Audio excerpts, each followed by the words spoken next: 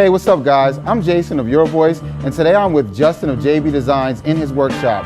We're going to be talking about a great new project called Reclaimed America that he's going to be bringing to us very soon. We're also going to dig a little bit into his past and how JB Designs even came to be. So you definitely want to stay tuned for this interview. Hey Justin, what's up, man? First, I want to thank you for allowing me to come here today. Yeah, man, absolutely. Oh man, I appreciate it. I've been seeing you for a long time online. You're really doing your thing, JB Designs. Appreciate it, man. Very impressed. Yeah.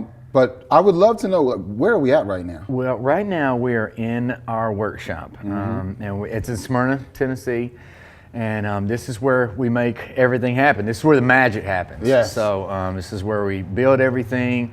This is where we have our sidewalk sales set up when we do our events and stuff. So yeah, this is where everything goes down right in here. My wife has a paint studio set up in our home. Okay. But for the most part, everything is done in this workshop right here. And what are some of the things that you do? Like, what does JB Designs design? Well, we build furniture and home decor. And so that's anything from custom built farmhouse style tables to hand painted signs. We do cornhole sets. Wow. We do a lot of stuff. You guys here, do man. a lot of stuff. Yeah. Well, one thing I've been curious about all the time that I've been following you online is how did JB Designs even begin?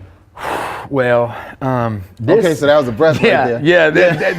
This business was actually born from adversity in my marriage and adversity in my life, which stemmed from a larger issue that had been going on long term. Okay. The business itself was born from, like I said, from a place of adversity because I was working for a restoration company and I'd hurt my back at work, and a coworker said, "Hey man, I got some things that probably make your back feel a little bit better."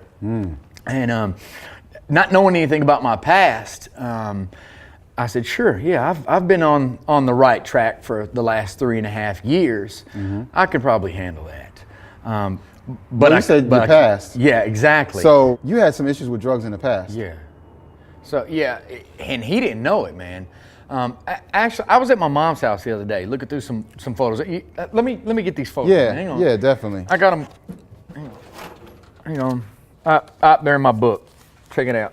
Yeah, Okay. check these photos out, man. These are photos I found at my mom's house, man. Wait. Yeah. Who's that? Is that you? That's me and my little sister, man. That's And little We sis? was probably like circa 85, man. We're little, man. Yeah, We're that's just- definitely 85 because the hood's tight. Yeah, That was kinda exactly. in. My mom tied it up in a bow, man. You know that we didn't do that, man. And, Definitely. And then here you are. that's me on my bike, man. Couple years later. Yeah. I love was the riding hat. around the neighborhood, man. And you know, I didn't have dreams and hopes of growing up to be a drug addict, man. Drug addict. Yeah. I mean, that last photo right there, that's my graduation from high school, man. It took me an extra year to graduate, and I was high as a kite in that photo right there, man. Right here? At my high school graduation, man. I was Wow. already in full-blown addiction and had pending court cases at that time, man, when I was 18 years old. So this is the day of graduation. That's the Yeah. same little sis? That's the same little sis growing Did up. she know man. that you were? Yeah, she that knew you were that I high? was, man. Yeah, I'm sure. Yeah, of course. But did the rest of the family know? I mean, everybody knew. I mean, you know when somebody's not right, man. Yeah. But nobody really knew the cause, man. See, a lot of times we focus on the behavior instead of what the belief is, what's causing the behavior, man. yeah. So for me, it was an unhealthy belief system, man. I thought that people had to like me. Really? You know? And so because people didn't like me, or I felt inferior, I felt like I had to perform for people. I was caught up in this performance trap, man. My identity was tied up in who other people thought that I was, or who I wanted people to be. You know? And how long at this time, though, from being a teenager and into adulthood, were you struggling with Dude, addiction? it was from age 14 when I started using all the way till I was 27 till I finally got my act together, and that was because I went to a program. And the program didn't clean me up. It got me still long enough for the Lord to do His work in me. Got you. And my wife didn't meet me prior to that. We actually met at the tail end of that program, so she never got to see that side of Justin. She never saw addicted. She never saw that, Justin. So that's why it was such a big deal in our marriage. Man, that was a real powerful story, and I'm just really glad you were able to share that. Another thing that I gotta know, every time I see you and I see your brand, that logo you got, Yeah. man, it's really cool. It's an awesome logo. Thanks, man. It really says a lot. I would just love to know, like, how did you come up with it? How did you design? Oh man, this design, this logo actually incorporates me and her both in this, man. It's got the little Pablo Picasso paintbrush and the hammer crossing. but it means a lot to us. We actually have a sign that we made that we take with us to trade shows. And I actually made that sign for our anniversary. It was not our logo sign, it was an anniversary sign. And I made it prior to everything unraveling in our marriage. And when I came home, I hated it, she hated it, so I said, let's get rid of it. I sanded off all the words that I had painted on there out of obligation because they really meant nothing. I just did it because I had to do something for our anniversary. Yes. So I took it back. I left some of the paint on there because you never really get rid of the wounds and the scars. You can still see them underneath. And so she took the sign, changed the orientation of it because the whole direction of our marriage and our lives has completely changed since this business. Yes. And she put our logo on that. So you can still see traces of what was there before, but something new and something meaningful is on top of it. So now everywhere we go, we hang that sign up. And so most people won't know it, but we see it, and we know that it's because we've come from a broken place. Yes.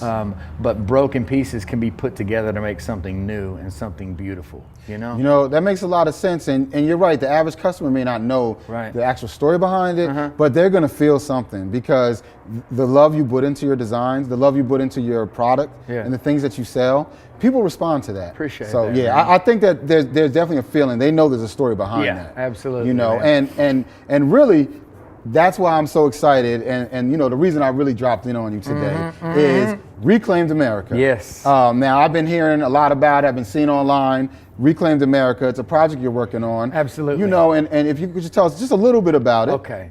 Reclaimed America is our passion to take parts of American history and retell them through the pieces that we build.